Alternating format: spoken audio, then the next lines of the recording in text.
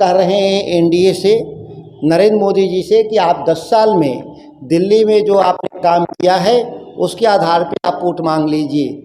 आप काल्पनिक मुद्दे के आधार पे वोट मांगने का काम कर रहे हैं, लोगों को दिग्भ्रमित करने का काम कर रहे हैं। हमारा विकास एजेंडा है और इस एजेंडे पर हम लोगों ने जो काम किया है इस बिहार में, उसके आधार पे हम लोग वोट मांग रहे हैं। बक्सर के एनडीए के प्रत्याशी लगातार कह रहे हैं कि परिवारवाद की पार्टी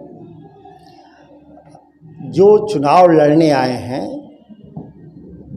वो तीसरे नंबर पर विधानसभा के चुनाव में थे।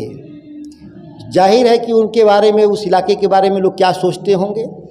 सबसे बड़ा परिवारवादी पार्टी इस बिहार में एनडीए है, भारतीय जनता पार्टी, जिसमें 17 सांसदों में से 6 सांसदों के पिता सांसद रहे हैं।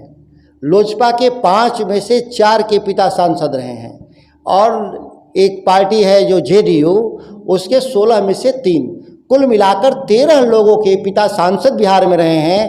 तो बड़ा परिवारवादी कौन हुआ? नरेंद्र मोदी और भारतीय जनता पार्टी सबसे बड़ा परिवारवादी है, जो 40 में से 13 सीटों पे उनके लोगों को, परिजनों को लड़ा रहे हैं जिनके पूर्वज सांसद थे या बिहार सरकार में मंत्री थे। भाजपा के प्रदेश अध्यक्ष सम्राट चौधरी के पिता क्या थे? वो मंत्री थे। या संजय जायसवाल पूर्व प्रदेश अध्यक्ष के पिता मदन जायसवाल सांसद थे। या विवेक ठाकुर जो लड़ रहे हैं उनके पिता सीपी ठाकुर प्रदेश अध्यक्ष थे।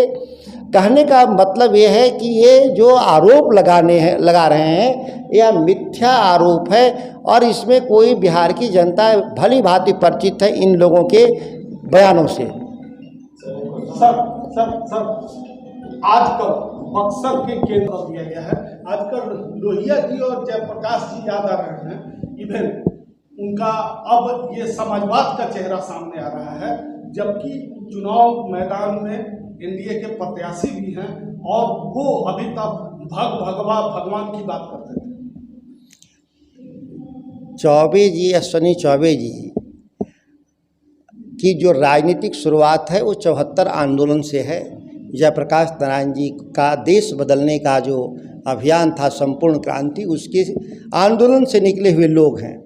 दलीय आधार पे वो जरूर भारतीय जनता पार्टी और जनसंघ में चले गए और कई समयों पे वो बिहार में नफरत की राजनीति उन्होंने किया है चुनावी मजबूरी में। लेकिन कहा जाता है कि जो आदमी जब जीवन के अंतिम कालखंड में है तो जहाँ ईश्वर से उसका साक्षात्कार होता है, साक्षात्कार होना होता है, तो वहाँ सभी हमारे कर्मों का हिसाब होता है। तो स्वाभाविक है कि अब जो कर्म हैं चौबे जी के, उससे वो विदा ले रहे हैं और मानकर चल जो चौबे जी कि हमने जो पहले काम किया वो बहुत अच्छा काम नहीं किया और इसीलिए लोगों से माफ़ी भी मांग रहे हैं। सर एक क्वेश्चन, 1952 से लेकर 2024 किसानों की हालत बदतर हुई है। कौन है? किसानों की हालत बदतर हुई है, अच्छी नहीं हुई तो बुरी हुई है।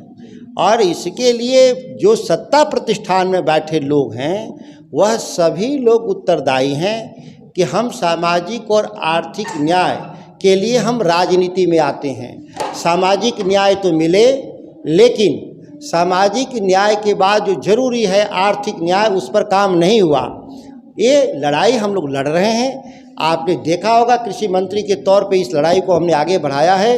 इस लड़ाई में हम लोग कामयाब होंगे और मेरे जैसे हजारों लोग इस लड़ाई को देश भर में लड़ रहे हैं कि किसानों की माली हालत को जब तक हम ठीक नहीं करेंगे भारत तरक्की के रास्ते पर नहीं जाएगा।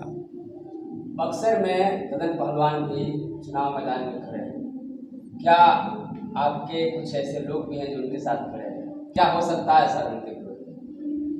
मेरी पार्टी का कोई भी सदस्य किसी अन्य दल के लोगों के साथ खड़ा नहीं है। राष्ट्रीय जनता दल और महागठबंधन, इंडिया गठबंधन, हम लोग एकजुट हैं हर तरह से। कौन चुनाव लड़ेगा निर्दलीय, कौन नहीं लड़ेगा, हम लोग इसकी चिंता में नहीं हैं। ये निर्दलों का कोई वजूद नहीं होता।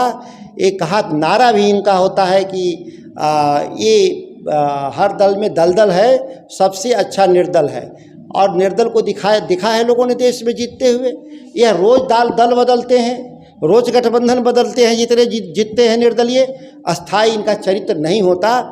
और इस देश में अब निर्दलीय जीतते कहाँ हैं? अब तो केवल लड़ते हैं नाम कमाने के लिए। अब कोई नाम कमाने के लिए लड़ रहा होगा तो लोकतंत्र है, लड़ना चाहिए लोगों को। निर्दलीय चुनाव लड़ रहे हैं लोग, दुकानदारी कर रहे हैं क्या? आप वो कह सकते हैं कि उनको लोकतंत्र में आस्था है और इसके चलते चुनाव में आजमा रहे हैं भाग्य। बाकी जनता